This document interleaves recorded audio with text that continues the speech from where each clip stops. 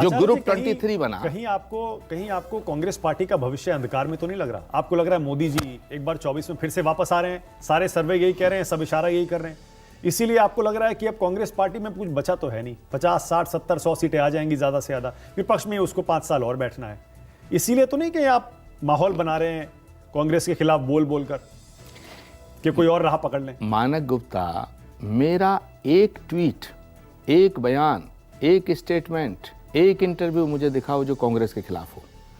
मैं कांग्रेस के भीतर जो कुछ ये चिरकुट टाइप के लोग, चंडाल चौकड़ी इकट्ठी हो गई है, एंटी हिंदू, एंटी राम, सुनिए एंटी नेशन, ये कांग्रेस को बर्बाद कर रहे हैं। अब मुझे बताओ, 8-10 सालों से सारे फैसले तो आप ले रहे हैं, तो जब सारे फैसले आप ले रहे हैं तो राहुल गांधी जी ने जब इस्तीफा दिया नैतिकता के आधार पे, आपने क्यों नहीं दिया? और ये बात मैं नहीं कह रहा, ये तो राहुल जी खुद कह चुके हैं। राहुल जी खुद कह चुके हैं, सुनिए, राहुल जी खुद कह चुके हैं।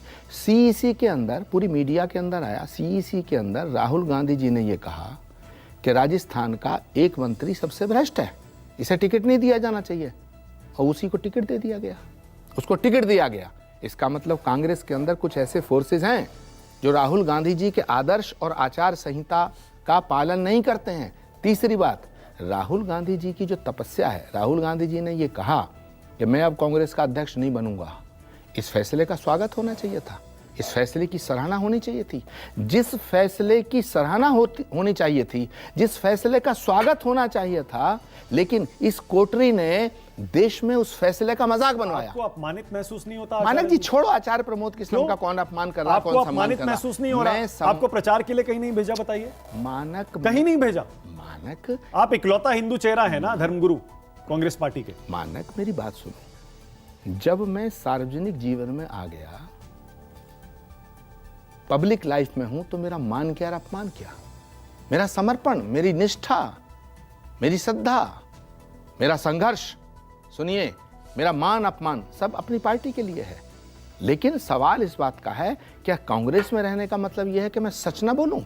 क्या कांग्रेस में रहने का मतलब यह है कि ये जो चंडाल चौकड़ी अपने स्वार्थों में लिप्त होकर के ये जो षड्यंत्र कर रहे हैं, जिन्होंने राहुल गांधी जी की पूरी इमेज खराब करी, राहुल गांधी जी की जो इमेज खराब हुई है उसमें भाजपा का दोष कम है, इस चौकड़ी का ज्यादा है। आप पर आरोप लगता है कि आप बीजेपी के इशारों पर चल रहे हैं आचार्य जी। पर्दे के पीछे कुछ सेटिंग चल रही है आपकी। अच्छा, ये जी न्यूज के मालिक सुभाष चंद्रा जो बीजेपी के कैंडिडेट थे राज्यसभा के, इन्हें जिताने का काम किसने किया हरियाणा में? किसने किया? इसकी जांच होनी चाहिए। किसने किया? और वो डील क्या थी? आर के आनंद को हरवाने का काम किसने किया? जो कांग्रेस के अथोराइज कैंडिडेट को हरवाएं, बीजेपी के वो दलाल हैं या आचार्य प्रमोद कृष्णम? जो अजय माकन को हरवाएं, अजय माकन को हरवाएं, बीजेपी के एजेंट वो हैं या आचार्य प्रमोद कृष्णम? बीजेपी चाहती है कि कांग्रेस हिंदू विरोधी सिद्ध हो जाए, और आचार्य प्रमोद कृष्णम चाहते हैं कि नहीं, कांग्रेस हिंदू विरोधी नहीं है, कांग्रेस सब धर्मों का सम्मान करने वाली पार्टी है। तो चुप क्यों है फिर? जैसे आप खुद कह रहे हैं इतना अपमान हो रहा है हिंदू धर्म का और कांग्रेस पार्टी चुप है। मजबूरी है ना, नहीं, राजनीतिक मजबूरी है, सबके इलाज आपको भी समझना चाहिए। अब आप बाबा के साथ साथ आचार्य जी धर्मगुरु के साथ साथ एक मंझे हुए राजनेता भी हैं, आपको भी समझना चाहिए कि इंडिया गठबंधन बना है, ऐसे में एक दूसरे के प्रति कुछ स्थानीय फैक्टर भी होते हैं, रीजनल फैक्टर होते हैं।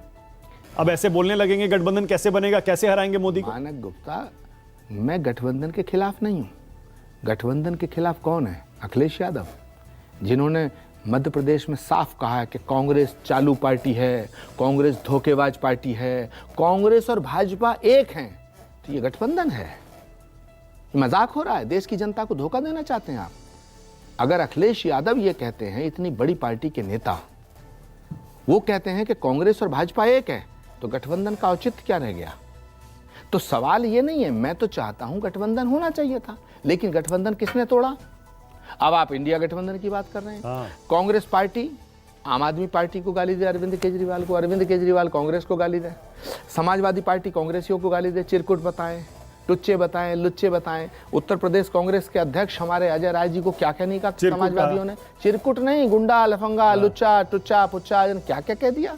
हमारे प्रदेश अध्यक्ष की गरिमा है भाई। तो गठबंधन नहीं होना चाहिए, इंडिया गठबंधन नहीं बनना चाहिए। गठबंधन क्या जमीर को खत्म करके करेंगे? ऐसी राजनीति, ऐसी सत्ता का क्या करेंगे? ठोकर पे मारनी चाहिए ऐसी सत्ता। और फिर विपक्ष में जिसमें बैठना चाहिए। अंतर, अरे विपक्ष नहीं, हम पूरी जिंदगी विपक्ष में। अटल बिहारी वाजपेयी जी ने क्या कहा था? पंडित नेहरू ने क्या कहा था? महात्मा गांधी ने क्या कहा था? इंदिरा गांधी ने राष्ट्रीय एकता पे समझौता नहीं किया, शहादत दे दी।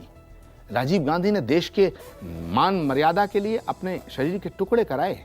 सोनिया गांधी जी ने सत्ता को ठोकर पे मार दिया। 2004 में प्राइम मिनिस्टर बन सकती थी, 2009 में बन सकती थी, कोई नहीं रोक सकता था, नहीं बनी। सत्ता सब कुछ नहीं होती है मानक। सिद्धांत बहुत बड़ी चीज है। जहां सवाल धर्म और राष्ट्र पे आए वहां समझौता नहीं करना चाहिए। समाजवादी पार्टी वाले हमें रोज गाली दे रहे हैं और हम सत्ता के लिए चुप रहे हैं। क्या नरेंद्र मोदी जी को हटाना सिर्फ कांग्रेस की जिम्मेदारी है?